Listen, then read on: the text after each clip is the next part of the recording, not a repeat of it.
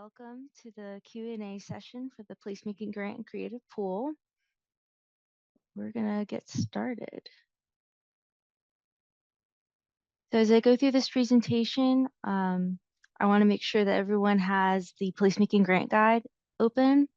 It's a great resource and a lot of the information that I am talking about will be referenced.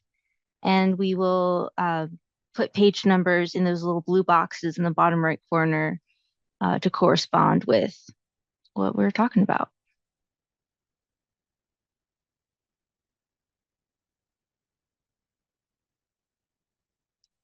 For tonight, I'm going to breeze through a few items here and leave as much time as I can to answer your questions at the end. Start putting your questions into the chat, and Charlotte will read them out to me once we finish up this presentation. Note that the meeting is being recorded and will be made available online after the session. My name is Ria, and I am the Placemaking Community Associate at the Urban Design Center. We're a division underneath the Planning, Design, and Development Department within the City of Charlotte. We have a team of 7 multidisciplinary staff members taking on the urban design challenges here in the Queen City. Will is our fearless leader as the UDC manager, and Charlotte is second in command as our project manager. Our mission at the Urban Design Center is to advance the quality of Charlotte's built environment and bring public awareness to the importance of urban design. We sum up our work into 3 different categories: activation, community engagement, consulting, and placemaking. At the UDC, we think about placemaking as an active collaborative process that aims to reinvent and reimagine public spaces. The purpose of placemaking is to improve community health, happiness, and social network using techniques that enhance where people already gather. Since we all have the right to contribute to this process, as Fred is pointing out in this wonderful quote here, the Urban Design Center started the Placemaking Grant to empower people like you to do so. The goal of the grant is to provide a resource for community members to activate and beautify underutilized and leftover spaces. It's our 6th year administrating the grant, and we have a pool of $150,000 to distribute during the application process. The grant is aimed at small-scale 9-month projects that cost less than $25,000, such as streetscape improvements, creating community gathering spaces, art, and beautification efforts. In this picture, you see a mural completed by Durante Design at the Line Services project from 2023. So this was a placemaking grant project. So what can the grant cover? The grant covers materials like paints, tools, furniture, as well as labor costs and artist fees. Through the grant, you also get support from the Urban Design Center. We will be there to offer design assistance, coordination with other city departments, planning to support community meetings. We're here to help you get started on this placemaking journey. That being said, the grant cannot cover personal salaries, alcoholic beverages, expenditures before the agreement signing, so before we make our contracts with you and award you your grant money. Personal use items for efforts solely benefiting one person, and public policy campaigns. All Charlotte residents are eligible to apply for this grant. Your project just needs to be within city limits. For example, a project in Pineville wouldn't be qualifying for the placemaking grant. Charlotte-based groups like neighborhood and homeowner associations, community organizations, businesses, individuals with project teams are all welcome to apply. If selected, you need to be able to meet the City of Charlotte vendor requirements. Check the link on page 7 of your grant guide for those requirements. So knowing you're eligible, what kind of projects qualify? I get this question a lot. Is my project a good idea? And we cover a lot of different types of projects. Some of these projects are examples of ones that we've done in the past. We also offer a technical assistant grant. If you aren't quite sure what you want to do, we can organize a community meeting and help you and your neighborhood sort of come up with an idea, and we'll create a playbook with options for what you guys want to do. So really anything and everything, as long as it's placemaking and in the public realm, so anything that the public can access, is welcome to apply. Here are some more examples of past projects. As you can see, there's a wide range and a lot of different types and in a lot of different places within Charlotte. Here are some right-of-way design guidelines. The right-of-way is the street, the sidewalk, and any planting between. The city or the state can maintain the right-of-way, so that's really important to know. Um, on the right-of-way, we can't have words or advertisements, no little free libraries, chalkboards, um, items that block the travel lanes or could be blown away to impede traffic. Another good thing to note is that grant funding is not necessarily city or state approval. So once you get the grant, we will help you get the necessary permits and permissions, and we'll help you through that process to get city approval so that you can complete this project legally. The application deadline is coming up. It's March 7th. So here's what you need for your application. The list of deliverables is also on page 21 of your application grant guide, but the application includes your project team, project name, the location, so like the intersection of where your project is, um, and the amount that you're requesting for funding. You also will need to answer the rest of these questions as well as get some documents such as the letter of support from your neighborhood association, 3 site photos. These can be taken with your phone. They don't have to be very fancy. And the satellite photo from Google Maps or Google Earth and images of similar projects or preliminary sketches of your idea. So if you are not an artist and cannot sketch, it's okay. Just find some precedents, some existing projects that you really like and think that you can accomplish or want to accomplish, and you can submit those as your preliminary ideas. So for letter of support, the neighborhood association or equivalent is required. So you need to make sure that your neighborhood approves of what project you're putting there. Um, the other letters of support, if you need additional ones, this is sort of the graph to help you figure it out. It's also on page 17 of your grant guide. So if it is private property, you need a letter of support from the business and or property owner if they are different. If it's a city-owned property or in the city of Charlotte right of way, you don't need permission yet. We'll help you get that after being awarded. And North Carolina Department of Transportation right of way, you don't need permission yet, and we'll help you through that. But do keep in mind it can take up to 12 months for approval. So it's probably better to avoid the NCDOT right of way. Mecklenburg County property, if it is a park, it is more than likely owned by Mecklenburg Parks and Recreation. And so you'd want to contact them and get a letter of support. And if you're not really sure how to tell, there are links in the PDF of your application grant guide for Charlotte Explorer or Mecklenburg County Polaris. You just need to type in the address of your site and you'll find who owns it and who's in charge.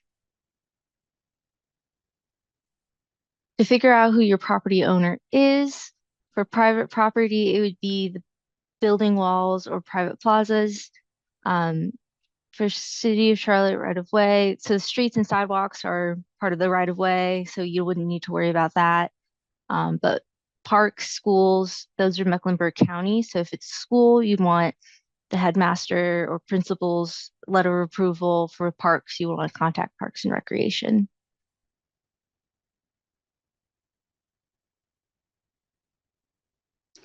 So we have a committee that reviews all the applications, and we base it off of this criteria here. So a lot of it's kind of intuitive, where we want to make sure your project budget is realistic and within that $25,000 budget range. Um, we want to make sure that you're engaging your community and there will be participation and accessibility to your project. We also want to make sure that you've got visibility and impact within your project. And we really support projects that are located on a corridor of opportunity. So look into that if you are thinking you might be near a corridor.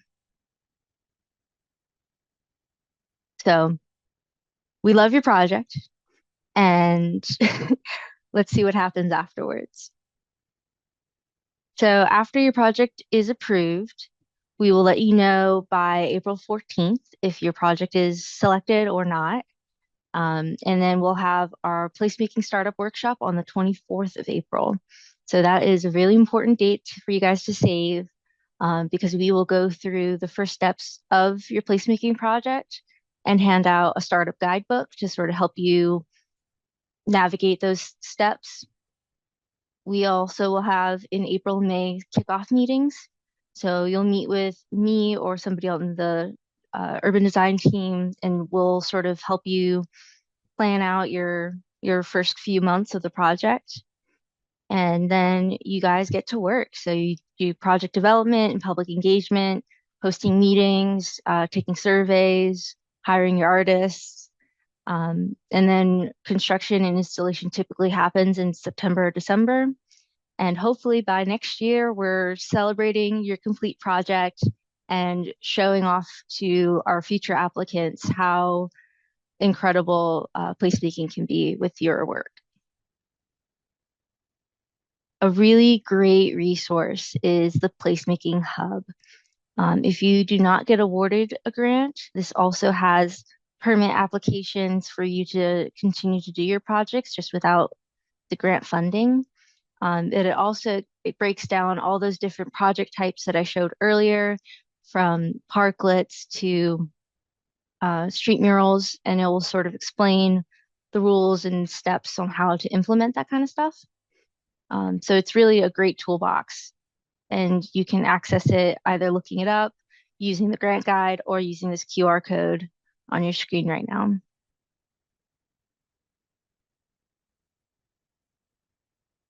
We also want to encourage you guys to, if you are a creative in the Charlotte area, to apply for the creative pool. It is and this is the link to the application. The creative pool is open to anyone and everyone who has a creative um, offering to work with the city. So anything from a muralist to a jewelry designer, we really want to have that range of artists in our creative pool. It's a separate application. You'll need your resume and portfolio ready to go for this application. And once you are in the pool, it's like an administrative fast pass for working with the city because we already know that you are awesome and approved. And so we can recommend you for city projects.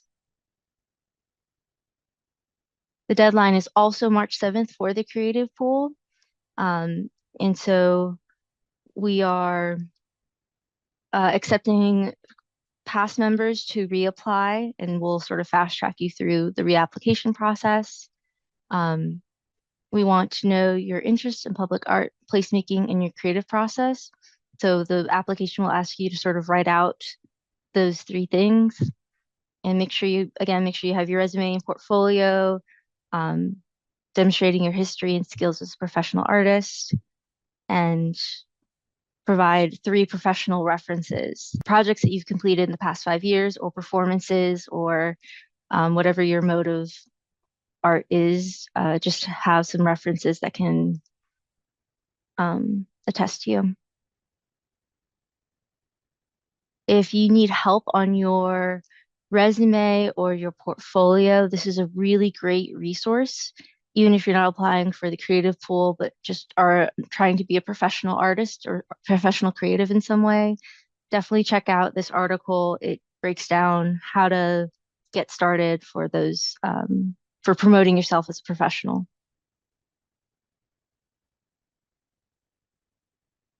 And And please stay in touch. Follow us on Facebook and Instagram because we post a lot of information about the grant and our events happening here at the studio. And we also want to be able to feature you in your placemaking projects. So make sure that you follow us. And if you want more information about the grant, the creative pool, the placemaking hub, check out our website. It's a really great resource for all things urban design and placemaking.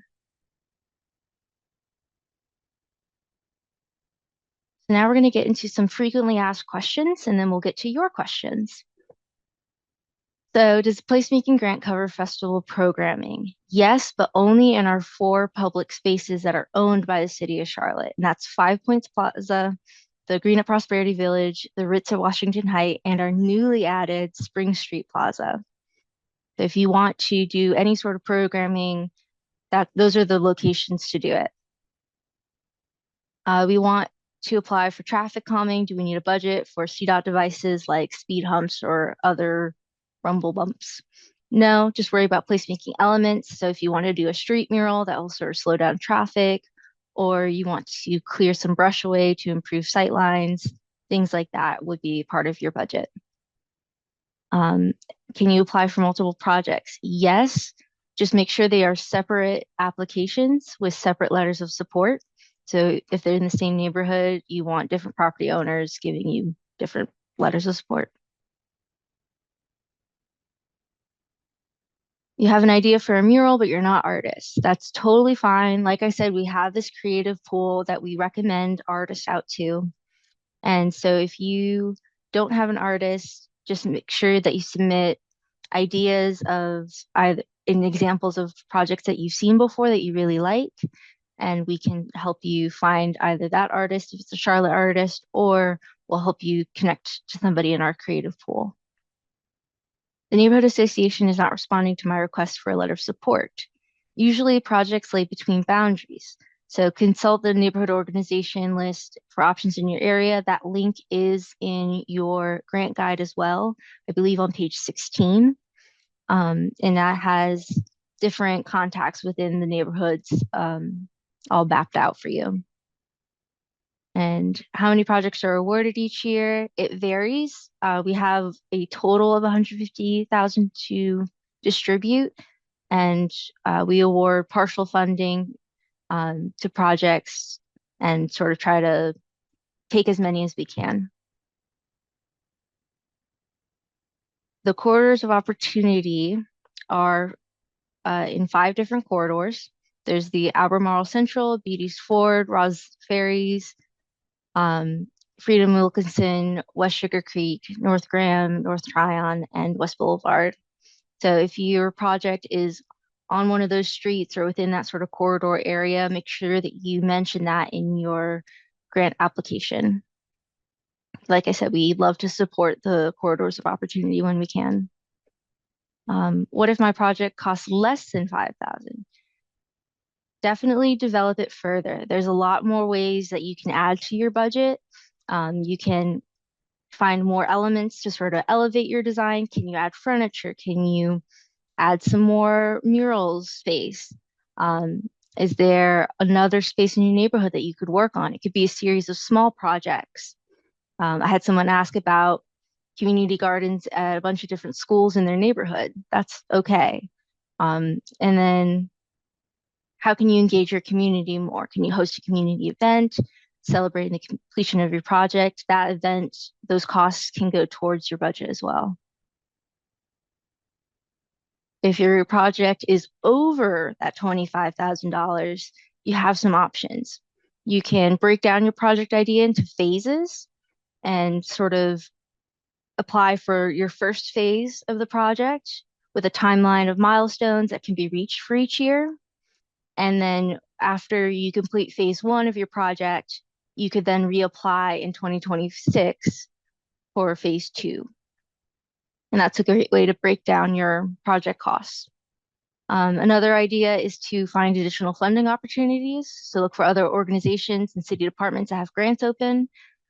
Or you can raise private donations and provide a statement reporting where the extra money will come from in your application.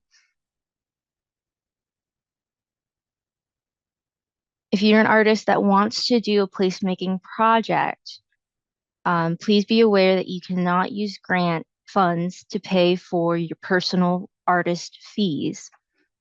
If you want to do a art piece, you need to have somebody else be the team leader of the project and have them hire you as an artist to be on the project team, and you can be paid as a third party vendor. We already covered multiple projects. So now we are ready to tackle all of y'all's questions.